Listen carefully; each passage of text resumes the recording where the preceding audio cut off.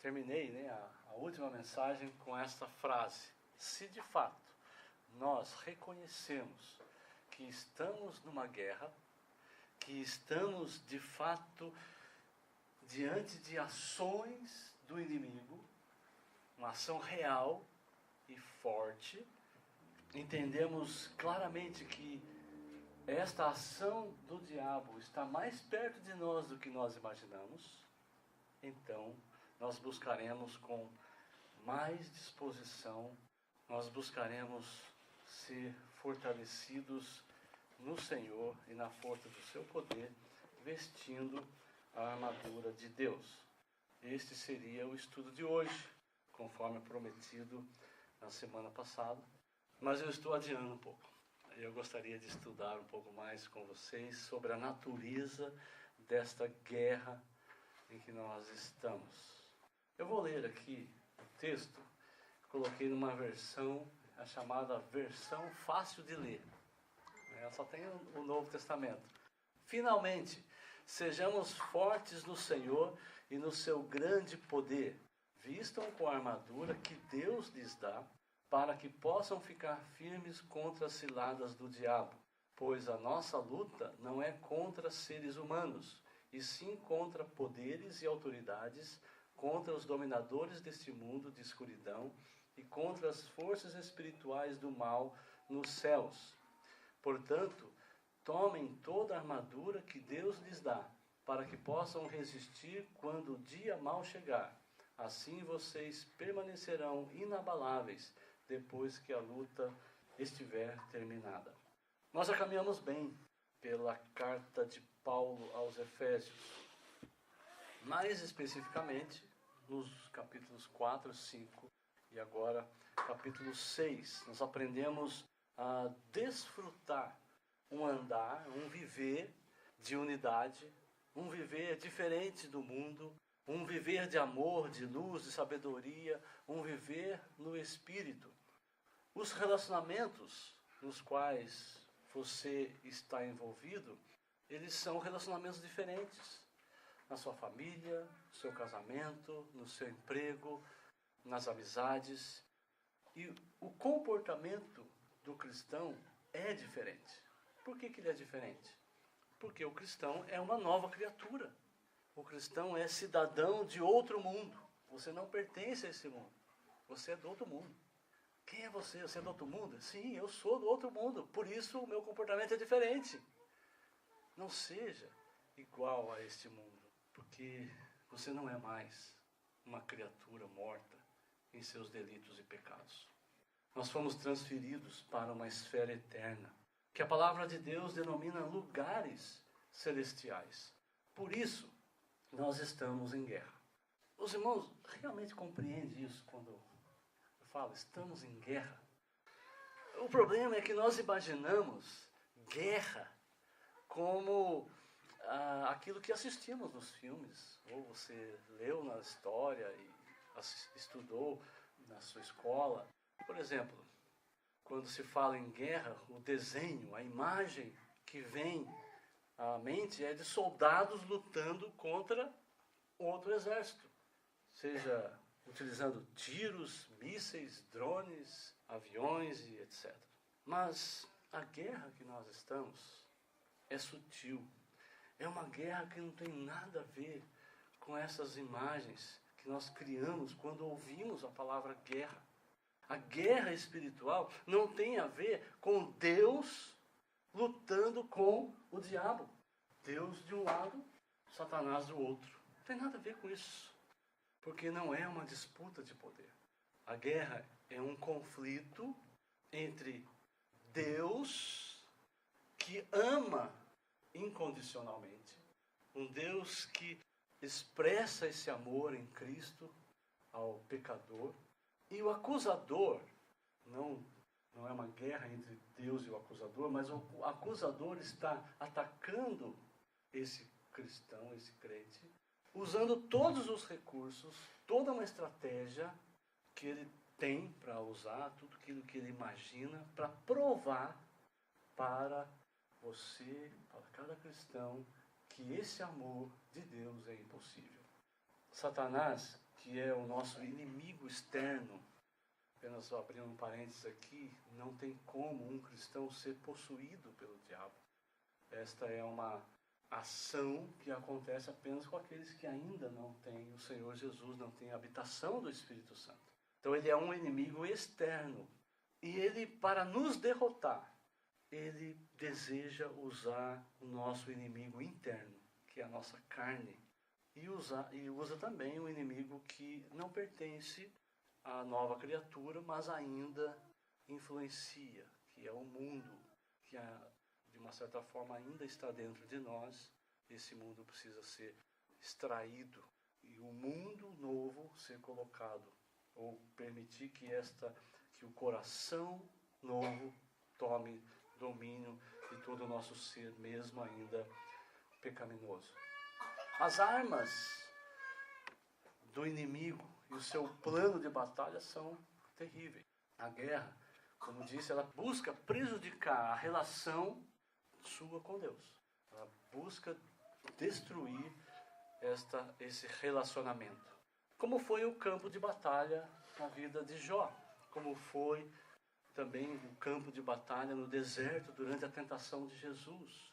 No caso da tentação de Jesus, Satanás, ele buscava levantar dúvidas, se és filho de Deus, suspeitas que ele queria levantar em relação ao pai e filho, para que esse relacionamento fosse prejudicado. Então, olhar para as disputas de poder entre Deus e o diabo já é cair na armadilha.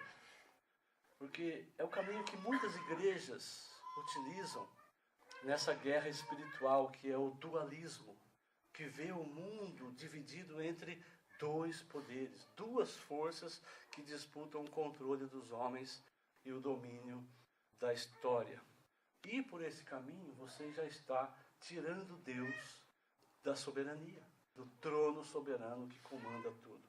O poder das trevas contra o poder da luz não é isto. Isso não é a guerra que nós estamos envolvidos. O que Satanás queria era mostrar que ninguém ama, no caso de Jó, né? Agora olhando para o caso de Jó, na guerra, naquele campo de batalha que envolvia a sua vida, Satanás queria mostrar que ninguém ama a Deus por nada, que ninguém busca e serve a Deus simplesmente porque Deus é Deus, e que a integridade e retidão de Jó nada mais eram do que artifícios para conquistar os favores de Deus. Usando os amigos de Jó, Satanás estava buscando convencer Jó que ele deveria buscar a Deus, não por causa de Deus, mas por causa de si mesmo. Percebe a sutileza? Parece que está fazendo uma coisa legal.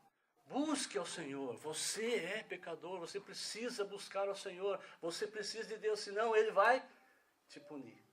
Você precisa, né? E assim colocando, busque a Deus para você. Um ato totalmente egoísta. Eles praticamente diziam uma mensagem: Deus abençoa o justo e pune o pecador. Portanto, se Jó estava sofrendo, é porque pecou. Jó, ele estava numa luta espiritual e ele podia ir em uma das três direções. Primeiro, reconhecer que seus amigos tinham razão e que Deus é justo. Consequentemente, ele negaria a sua inocência e buscaria a Deus por causa de si mesmo. Ou, reconhecer que seus amigos tinham razão, que ele é inocente. Consequentemente, ele negaria a Deus. E uma terceira opção, terceira direção, reconhecer que Deus é justo e que ele é inocente. Consequentemente, ele negaria a teologia dos amigos. Qual foi a opção de Jó? Reconheceu que Deus é justo e que a aprovação pela qual ele passou não foi um castigo ou uma punição de Deus. E ele experimentou a ação do Senhor, que ama livremente. Um Deus que ama incondicionalmente. Que nenhum mérito por parte do homem leva Deus a agir favoravelmente ou contrariamente. Então, ao reconhecer a majestade, a soberania, a distinção de Deus, Jó se curva e declara que antes ele conhecia Deus de ouvir falar, mas agora ele o conhece como vendo com os seus próprios olhos. A guerra espiritual que Jó experimentou chegou ao fim com a rendição do seu coração a Deus. Quando ele se rende ao Senhor, quando ele cresce no conhecimento da graça do Senhor e esse conhecimento do próprio Deus, mas o principal, que não tem nada a ver com o reconhecimento do poder de Deus diante do opositor, porque não é esse tipo de guerra. Satanás, ele foi derrotado com o reconhecimento e aceitação por parte de Jó ao amor incondicional de Deus. É isso que Deus quer. É isso que Deus quer de cada um dos seus filhos. Ele quer de você, que você reconheça que o amor de Deus é incondicional. Mas não é um reconhecimento teórico. O crente, ele só confessará com a boca e com a prática, obedecendo aos seus mandamentos, se conhecer o amor de Deus. Qual é a razão da guerra? A guerra está sob poder de Deus. Deus está no controle de tudo. E mesmo que Deus ele permita Satanás peneirar, como o trigo era ou é peneirado, quando Jesus disse para Pedro, né? Simão, Simão, eis que Satanás vos reclamou para vos peneirar como trigo. Ou seja, naquela época pegavam um feixe de trigo, colocavam na peneira e batia na peneira até sair todos os grãos, e passava então pela peneira, caía somente os grãos, ficava aquela palha, sobrava o feixe, e aquilo era jogado fora. Qual que é o motivo de Deus usar o diabo para peneirar o crente? Eu creio que, para deixar claro, a quem o coração pertence. Mesmo que Satanás o acuse, na verdade, Satanás é um instrumento de Deus para que a hipocrisia do pecador seja revelada. Portanto, nessa guerra, nunca será preciso você lidar com o diabo. Na guerra não adianta você ficar repreendendo o diabo. Nessa guerra não adianta você focar no diabo. Nessa guerra, pelo contrário, você deve tratar com Deus. Você deve olhar para Deus, porque Ele, na pessoa de Jesus, é o nosso advogado. E por causa da sua obra, nós receberemos, além de absolvição, nós receberemos crescimento no conhecimento da graça e do Senhor Jesus Cristo. Jesus, ele completou o que disse para Pedro. No versículo seguinte ele diz: contudo, supliquei em oração por você, Simão, para que a sua fé não vacile. Portanto, quando tivesse arrependido e voltado para mim, fortaleça seus irmãos. Percebe que Jesus orou para que a fé dele não vacilasse. Jesus não orou para que ele não fosse peneirado. Portanto, nós enfrentaremos armadilhas, nós seremos peneirados, nós receberemos ataques com ciladas, as ciladas do diabo. E as Escrituras nos ensinam que o objetivo de Satanás é nos afastar de Deus. Ou seja, nos colocar em uma posição de destruição. Quando o trigo ele é debulhado, o feixe fica destruído. Por quê? Porque o crente, apesar de nunca perder o amor de Deus, de não ter nenhuma condenação para ele, não há mais condenação, porque ele foi justificado por Cristo por meio da fé. Mas ele pode se afastar de Deus quando peca. Aliás, quando ele peca, ele se afasta de Deus. Quando você peca, você está se afastando de Deus. Quando você se aproxima de Deus, você se afasta do pecado. E o pecador, ao pecar, praticamente, ele está ofendendo a Deus, chamando Deus de mentiroso.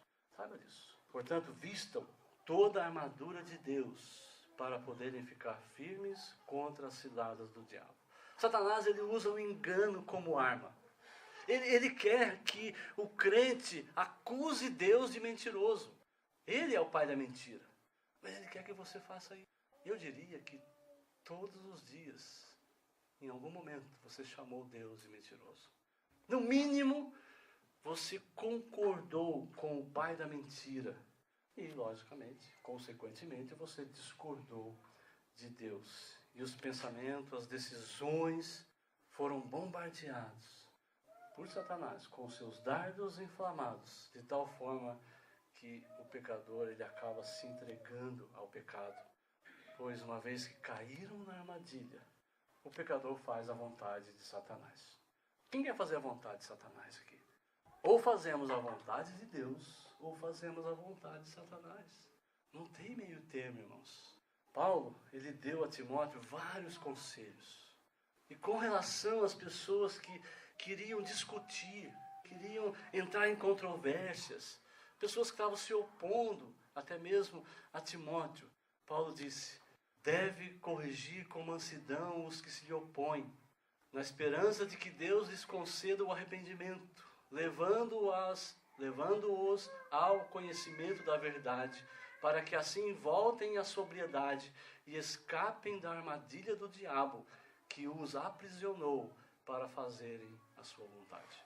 Então, se cairmos na armadilha do diabo, estamos fazendo a vontade do diabo. Quem quer fazer a vontade do diabo? Ninguém quer. Na prática, queremos sim. A solução que Paulo apresenta aqui nesse texto é a instrução bíblica, que leva ao arrependimento. Ou seja, que o pecador conheça a verdade. E como Jesus disse, a verdade o libertará. Ele está preso pelo diabo, mas a verdade liberta. A vontade de quem você quer fazer. Nós podemos perceber claramente que na guerra há pelo menos duas armas, ou as seguintes armas: mentira e verdade. Mas o pai da mentira, ele tem conseguido prender muitos crentes com a mentira. Porque a mentira não vem legendada, marcada como mentira. Essa é a sutileza do diabo. Essa é a arma dentro dessa guerra. Não espere encontrar um exército uniformizado, diferente do seu uniforme, apontando arma para você. Talvez o seu inimigo vai aparecer do seu lado. Vai simplesmente usar a sua carne e vai sugerir na sua mente, no seu coração, estas opções de chamar Deus de mentiroso. Onde ocorre a guerra? Se nós formos colocar um campo de batalha entre mentira e verdade, onde que está essa guerra? Onde vai acontecer? Nós não podemos pensar em um outro local que não seja a mente humana. Por isso Paulo diz: destruímos todas as opiniões arrogantes que impedem as pessoas de conhecer a Deus.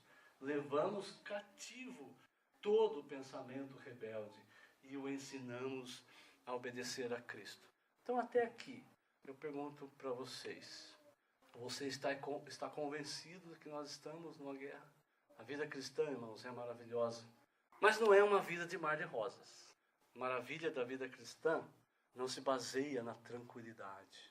É uma vida difícil, porque ela é cheia de lutas, e nós estamos constantemente enfrentando problemas, dos mais diversos problemas. E é o que o Evangelho deixa bem claro. Qualquer evangelho que esconda isso, que não revele isso, que não deixe claro que as aflições, as lutas, os ataques, as perseguições, as tribulações são constantes na vida cristã, não é o evangelho verdadeiro. Como nós já aprendemos, a vida cristã é maravilhosa, porque é uma vida que é cheia da graça de Deus. Se nós soubéssemos o quanto nós somos agraciados, o quanto nós somos abençoados, o quanto nós somos privilegiados por termos Deus como Pai, por termos Deus como nosso protetor, como nosso Redentor, como nosso Salvador, como nosso orientador. Se nós soubéssemos quanto nós somos privilegiados de ter esse cuidado de Deus nos mínimos detalhes, conduzindo a nossa vida por meio da sua sábia e santa vontade, nós viveríamos bem diferente. Nós não negligenciaríamos Deus. Nós não desprezaríamos Deus, deixando de orar, deixando de falar com Ele, deixando de adorar, deixando de reconhecer que Ele está conosco o tempo todo, deixando de ler a sua palavra, deixando de obedecê-lo, portanto, deixando de desfrutar da verdadeira felicidade, que é a obediência às suas ordens, aos seus mandamentos. A graça de Deus, irmãos, nos basta para vivermos e verdadeiramente afirmarmos que somos mais do que vencedores. Portanto, eu quero repetir a pergunta. Você está convencido de que estamos numa guerra? Eu sei que não é fácil entender isso. Afinal de contas, nós nos juntamos aqui. Temos junta-panelas, ou saímos para almoçar juntos com a galera, com os irmãos. Se você não foi ainda, vá, vale a pena. Está perdendo, aproveite bem essas oportunidades. Nós estudamos a Bíblia juntos. Nós temos aqueles que têm os seus filhos menores, estão aí estudando, estão lá na classe aprendendo a respeito da palavra de Deus. Você compra livros na livraria e desfruta de um bom conteúdo religioso, teológico, melhor dizendo. Tantas alegrias, fotos, passeios, churrascos, aniversários, tantos momentos que a gente tem a oportunidade de estar junto e desfrutar e compartilhar uma alegria, sorrisos, abraços. Aí eu venho com essa pergunta. Você percebe que nós estamos em guerra? Como assim? Guerra que é essa? Não parece que nós estamos em guerra. Se você está convencido de que há uma guerra, e sabendo que a mentira é a arma do diabo, e certamente a arma divina é a verdade, Jesus disse que Ele é a verdade, então, qual deve ser a sua atuação como soldado de Cristo? A resposta no texto é fortalecer-se no Senhor, fortalecer-se na força do seu poder, permanecer firme. Como? Essa é a pergunta. E nós sabemos que Deus capacita, é a sua graça que nos basta. E que nós temos todas as riquezas em Cristo Jesus. Toda a disposição para cada um dos teus filhos. Portanto, ao receber a ordem de fortalecer-se no Senhor, na verdade é um verbo passivo. Então, se ele está na voz passiva, a ordem literalmente é: sejam fortalecidos no Senhor e na força do seu poder. Como entender essa ordem? Na verdade, nós precisamos entender que a responsabilidade é do crente, que deve se esforçar no máximo que puder, ao máximo que puder, para desfrutar dessa força. Mas é Deus que nos fortalece. É Ele que nos salvou, é Ele que nos tirou das trevas, é Ele que realiza tanto o querer quanto o efetuar. Mas é a responsabilidade humana. E aí nós temos essa tensão teológica. E eu quero trabalhar com isso, que você é responsável para ser fortalecido por Deus. Mas é Deus quem vai te fortalecer.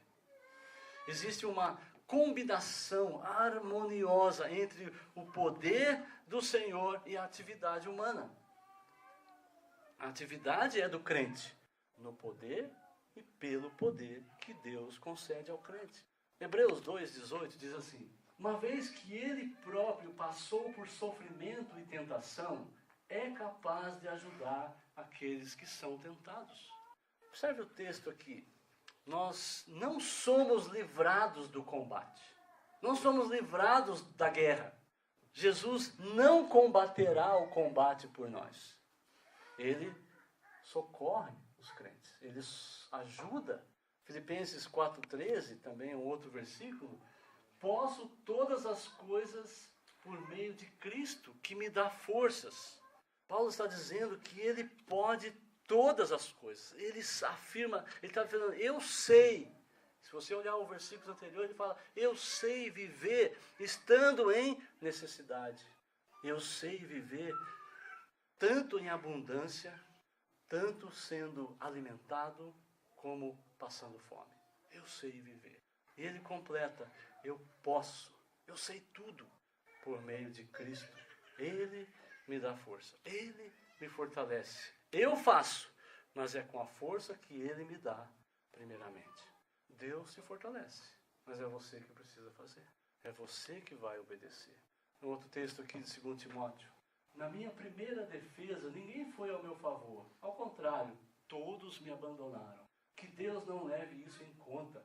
Foi o Senhor, porém, quem me ajudou e me deu forças. Dessa forma, eu pude anunciar completamente a mensagem de Deus para todos os que não são judeus, e eu fui libertado da boca do leão. Deus, ele não tira a ação das nossas mãos.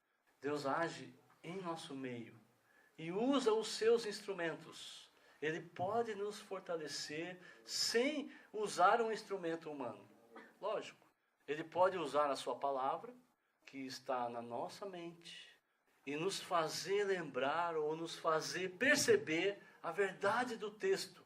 Está lá na nossa mente. Não sei porque aquele texto veio na minha mente, mas ele veio agora com a verdade compreendida por mim. E aí você é fortalecido naquele momento que você precisa. E Deus usa, o Espírito Santo vai usar aquilo que está na sua mente.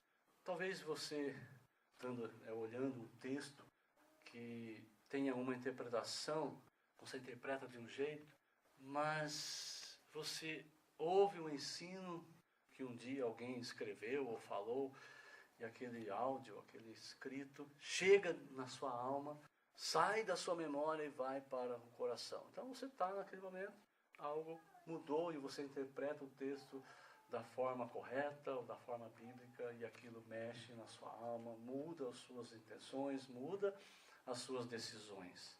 Mas, via de regra, Deus, ele usa o instrumento humano. Portanto, a ação que você faz em obediência aos mandamentos do Senhor, em obediência à vontade de Deus, pode ser uma ação que vai beneficiar o irmão ao lado, ou outros irmãos, ou até outras pessoas.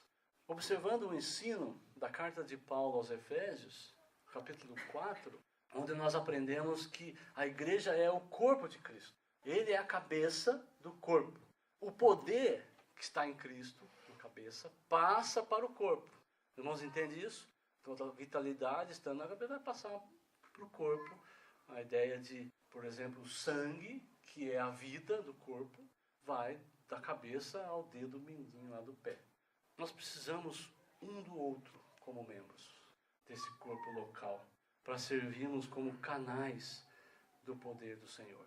Por isso, a sua ação seja uma ação favorável à vontade de Deus, e saiba que isso vai beneficiar alguém. Continuando aqui essa pergunta, como fortalecer-se no Senhor? Primeiramente, fazendo parte de um corpo local. Isso já é claro no estudo de Efésios. Você precisa fazer parte. E há essa ligação espiritual e que passa, o sangue passa. Não tem como o meu sangue passar para você, porque é outro corpo. Mas como esse poder de Cristo passa, porque é algo espiritual. Não tem nada a ver com o meu corpo físico. Um outro recurso que nós temos para desfrutar, ser fortalecido no Senhor, é a alegria do Senhor.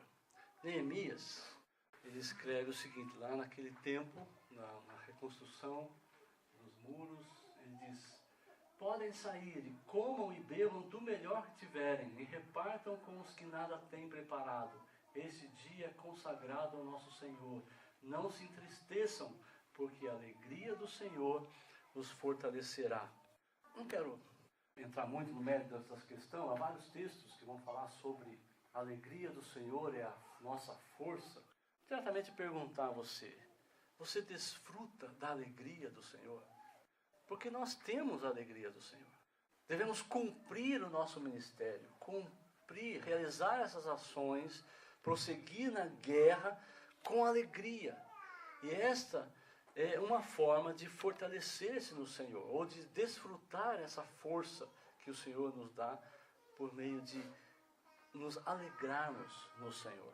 Os filhos de Deus possuem essa alegria. Quando nós conhecemos quem somos, Efésios capítulo 1 e 2, quem nós somos, o que somos, Efésios capítulos iniciais, o porquê e para que nós fomos trazidos para a luz.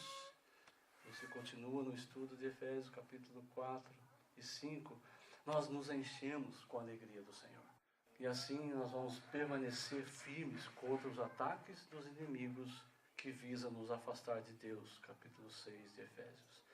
Nós somos filhos de Deus, escolhidos segundo a vontade de Deus, vivificados por Deus em Cristo Jesus. O ensino da carta, do início da carta. Nós somos membros do corpo de Cristo, para servir de instrumento na edificação desse corpo. É o ensino da parte central da carta. E nós somos soldados, lutando na guerra para a glória de Deus, lutando contra a execução do pecado, que o diabo insiste em lançar armadilhas a fim de que nós desonremos o nome de Deus, chamando-o de mentiroso. Há muito que incluir aqui para responder o como, colocar outros em outro estudo, mas hoje eu quero me ater a apenas estes como aqui, e juntos com os irmãos eu quero trabalhar um pouquinho na aplicação. Apenas para terminar com uma ilustração na vida de Paulo, ele perseverou em cumprir com alegria a sua carreira. Paulo, no capítulo 20, versículo 22 e 23 de Atos, acabei não colocando aqui na tela, eu vou ler para os irmãos, diz o seguinte: E agora, eis que, ligado eu pelo Espírito, vou para Jerusalém, não sabendo o que lá há de me acontecer, senão o que o Espírito Santo de cidade em cidade me revela, dizendo que me esperam prisões e tribulações. E no versículo 24 ele diz: Mas em nada tenho a minha vida por preciosa, contanto que cumpra com alegria a minha carreira e o ministério que recebi do Senhor Jesus, para dar testemunho do Evangelho da graça de Deus. Para você dizer como Paulo, para que nós possamos dizer como Paulo: eu não tenho nada, não reputo nada de preciosidade da minha vida, contanto que eu cumpra com alegria a minha carreira, aquilo que eu recebi do Senhor. Nós precisamos estar fortalecidos.